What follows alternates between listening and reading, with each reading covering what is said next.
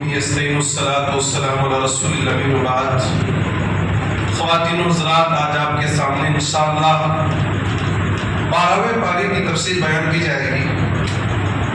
سورہ ہود کی آیت نمبر 6 میں اللہ نے ارشاد فرمایا وَمَا مِن دَابَّةٍ فِي الْأَرْضِ إِلَّا عَلَى اللَّهِ رِزْقُهَا۔ زمین میں جتنے بھی ریگنے والے جانور ہیں، کیڑے مکوڑے ہیں، سب کی روزی کی ذمہ داری اللہ کے اوپر ہے۔ یعنی زمین میں جتنے کیڑے مکوڑے جانور چوپائے پائے جاتے ہیں، سب کے کھلانے پلانے کا انتظام کرنا یہ اللہ کے اوپر ہے۔ آپ دیکھیں اللہ تعالیٰ کیڑے مکوڑوں کو کہاں سے کس طرح سے روزی دیتا ہے، ہم گمان بھی نہیں کر سکتے۔ انسان کو تو اللہ تعالیٰ روزی دے گا ہی دے گا، لیکن انسان صبر نہیں کرتا ہے، شکر ادا نہیں کرتا، جلد باز ہے، اللہ کی دی ہوئی نعمتوں کی قدر نہیں کرتا۔ انسان کو یہ چاہیے کہ اللہ کی رزق رزاق ہونے پر یقین رکھے کہ اللہ ضرور روزی دے گا۔ آگے اللہ رب العالمین نے دنیا داروں کے بارے میں بتلایا ہے کہ دنیا دار کو اللہ تعالیٰ دنیا میں ہی ساری چیزیں عطا کر دیتا ہے۔ آپ دیکھتے ہیں جو دنیا چاہتا ہے، دنیا کی زیب و زینت چاہتا ہے، اللہ رب العالمین ایسے انسان کو دنیا عطا کر دیتا، اس کی زیب و زینت عطا کر دیتا۔ مسلمانوں کو اس میں سوچنا چاہیے کہ اللہ تعالیٰ کافروں کو ان کی نیکیوں کا بدلہ دنیا ہی میں دے رہا ہے۔ مسلمانوں کو اللہ تعالیٰ دنیا میں بدلہ دیتا ہے، لیکن بہت ساری چیزیں انسانوں کے لیے بچا کر رکھا ہے، اور آخر میں مومنوں کو متقیوں کو اللہ رب العالمین جنت میں داخل کرے گا۔ اللہ فرماتا من کان یرید الحیات الدنیا وزینتہا، جو دنیا کی زندگی چاہتا ہے اور اس کی زینت چاہتا ہے، نوفی الیہم اعمالہم، ہم اسے اس کے اعمال کا مکمل بدلہ دنیا ہی میں عطا کر دیتے ہیں۔ آپ دیکھتے ہیں کافر لوگ دنیا میں بہت مال و دولت میں آگے جا رہے ہیں، آپ ان کو دیکھ کر دل برداشتہ نہ ہو جائیے، آپ ان کو دیکھ کر یہ نہ سوچیے کہ اللہ تعالیٰ ہمارے ساتھ خیر کا معاملہ نہیں کر رہا، بلکہ اللہ رب العالمین ان کافروں کو دنیا ہی میں جنت عطا کر دیا ہے کہ تم کو تمہارے کاموں کا یہی بدلہ مل جائے گا۔ اور مسلمان کے لیے اللہ رب العالمین نے جنت تیار کر رکھا ہے، جو مسلمانوں کا ٹھکانہ ہوگا، جس میں انسان مسلمان ہمیشہ ہمیشہ رہے گا۔ قوم فیہا لا یبخسون، اور اس میں ان کے لیے کچھ بھی کمی نہیں کی جاتی۔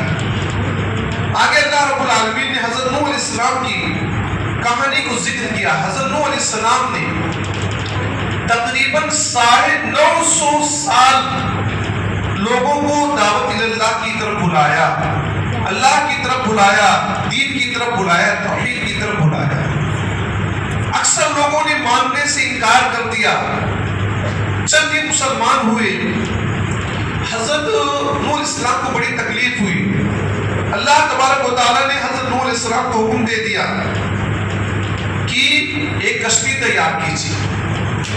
حضرت نوح علیہ السلام کشتی بنانے لگے تو کافر لوگ، سردار لوگ آ کر مذاق اڑاتے ہیں، کہتے ہیں یہاں پینے کے لیے پانی نہیں، یہ کشتی کہاں چلائے گا؟ حضرت نوح علیہ السلام کہتے ہیں کہ اگر آج تو ہمارا مذاق اڑا رہے ہو، ایک دن ہم تمہارا مذاق اڑائیں گے۔ اللہ رب العالمین نے قوم نوح پر عذاب بھیج دیا۔ عذاب اس طرح بھیجا، آسمان سے بارش ہو رہی ہے، زمین پانی پھینک رہا ہے۔ اللہ تبارک و تعالیٰ نے حضرت نوح علیہ السلام کو حکم دے دیا کہ کشتی کے اندر مومنوں کو آپ بٹھا لیجیے اور ہر چیز کے جوڑے کو رکھ لیجیے۔ چنانچہ حضرت نوح علیہ السلام نے اسی طرح کیا۔ جب عذاب اللہ کا آیا، تنور آگ اگلنے لگا اور پانی بھر گیا، آسمان سے بارش ہونے لگی، زمین میں پانی بھر گیا، تو مومنون کشتی میں سوار تھے، کافر ڈوب رہے تھے۔ حضرت نوح علیہ علیہ السلام نے ایسے موقع پر اپنے لخت جگر کو کہا اے میرے بیٹے آ جاؤ میری کشتی میں سوار ہو جاؤ۔ آپ یہ بات جان لیجئے کہ حضرت نوح علیہ السلام کی بیوی مسلمان نہ ہوئی اور حضرت نوح علیہ السلام کا یہ لڑکا بھی مسلمان نہ ہوا تھا۔ اس نے کہا سآوی الی جبل یعصمنی من الماء، ہم تمہیں، اس نے کہا نوح علیہ السلام کے بیٹے نے کہا ہم پہاڑ کی جانب چلے جائیں گے، پہاڑ ہم کو پانی سے بچا لے گا۔ دنیا دار ہوتے ہیں اللہ کو چھوڑ کر غیروں پر بھروسہ کرنے والے، ان کو جب اللہ کی طرف بلاؤ کہ اللہ سے دعا کر لو، اللہ سے معافی مانگ لو، اللہ سے طلب کر لو، کہتے ہم نہیں، ہم فلاں جگہ جائیں گے ہمارا بیڑا پار ہو جائے، ہمیں ہماری مراد فلاں جگہ مل جائے گی۔ اسی طرح کی بات نوح علیہ السلام کے بیٹے نے کہی تھی، کہا تھا آج کے دن پہاڑ ہمیں بچا دے گا۔ حضرت نوح علیہ السلام نے کہا لا عاصم اليوم من امر اللہ الا من رحم، آج کے دن اللہ کے آرڈر سے تمہیں کوئی بچا نہیں سکتا، یہ طوفان جو سیلاب ہے نہیں کوئی بچا سکتا، ہاں اللہ جس پر رحم کر دے وہی انسان بچ سکتا ہے۔ یہ بات باپ بیٹے کے درمیان ہو رہی تھی کہ دونوں کے درمیان موج حائل ہو گیا، فکان من المغرقین، اور نوح علیہ السلام کا بیٹا ڈوب گیا۔ مقامی عبرت ہے، سوچنے کی بات ہے کہ حضرت نوح علیہ السلام اپنے بیٹے کو نہ بچا سکے محض اس لیے کہ ان کا بیٹا مسلمان نہیں ہوا تھا۔ اس سے بات سمجھ میں آتی ہے اگر کسی کے پاس عمل ہے وہی جنت میں جائے گا، جس کے پاس عمل نہیں ہے کوئی پیر و مرشد اسے آگے نہیں بڑھا سکتا، کسی کا دامن پکڑنے سے کوئی آگے نہیں جا سکتا جب حضرت نوح علیہ السلام اپنے بیٹے کو نہ بچا سکے۔ دوسری بات یہ کہ انسان کو کبھی بھی اترانا نہیں چاہیے، کبھی گھمنڈ نہیں کرنا چاہیے۔ اللہ کا عذاب کبھی بھی کسی بھی ٹائم پہ آ سکتا ہے، پینے کے لیے پانی موجود نہ ہو تو بھی اللہ رب العالمین سیلاب بھیج کر اسی پہ سب کو کیا بہا سکتا ہے۔ بہت سارے واقعات آپ لوگوں نے سنے ہوں گے، دیکھے ہوں گے، سونامی کے واقعات۔ اس سے کچھ سال پہلے ساؤتھ میں تمل ناڈو وغیرہ میں کتنا بھیانک کیا ہے سیلاب آیا تھا، پوری دنیا نے دیکھا تھا۔ اللہ رب العالمین نے سورہ یوسف کے اندر حضرت یوسف علیہ السلام کا قصہ ذکر کیا ہے۔ آج کے درس میں یوسف علیہ السلام کی آدھی کہانی ہم ذکر کریں گے، آدھی کہانی کو ہم کل انشاءاللہ ذکر کریں گے۔ حضرت یوسف علیہ السلام حضرت یعقوب علیہ السلام کے بیٹے تھے۔ حضرت یعقوب علیہ السلام کے اور بھی بیٹے تھے، اور بھی اولاد تھے۔ حضرت یوسف علیہ السلام کو حضرت یعقوب علیہ السلام بہت چاہتے تھے۔ ایک دن انہوں نے خواب دیکھا انی رأیت احد عشر کوكبا والشمس والقمر رأیتهم لی ساجدین۔ حضرت یوسف علیہ السلام نے خواب دیکھا کہ 11 ستارے اسٹارز، سورج اور چاند ان کو سجدے کر رہے ہیں۔ 11 ستارے اسٹارز اور سورج اور چاند ان کو سجدہ کر رہے ہیں۔ یہ خواب انہوں نے اپنے ابو سے بتلایا تو ان کے ابو نے کہا بیٹا لا تقصص رؤیاک علی اخوتک فیکیدوا لک کیدا، یہ خواب تم اپنے بھائیوں کو نہ بتلانا۔ حضرت یعقوب علیہ السلام جانتے تھے کہ ان کے بھائی ان سے حسد کرتے، جلن کرتے، کیسے ہم میں سے کسی کا بھائی آگے جا رہا ہو، ترقی کر رہا ہو، بہت آگے نکل رہا ہو تو لوگ جلن کرنا شروع کر دیتے، کتنا لوگ جادو تک کروا دیتے۔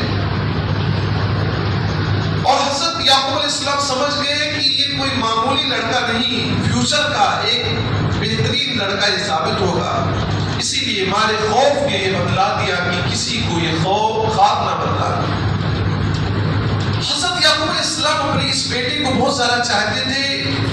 یہ دیگر بھائیوں کو، یوسف کے دیگر بھائیوں کو بہت تکلیف پہنچاتی تھی۔ ان لوگوں نے پلان بنایا کہ یوسف علیہ السلام کو باپ کے راستے سے ہٹایا جائے۔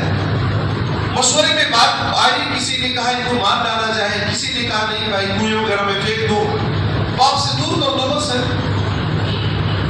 آئے اپنے ابو سے اجازت لینے لگے کہ ابو جان ہم پکنک کے لیے نکل رہے ہیں، ہم ٹور پر جا رہے ہیں، ہمارے اس بھائی کو بھی بھیج دیجیے، یہ بھی جائے گا، کھائے گا، کھیلے گا، کودے گا، موج مستی کرے گا۔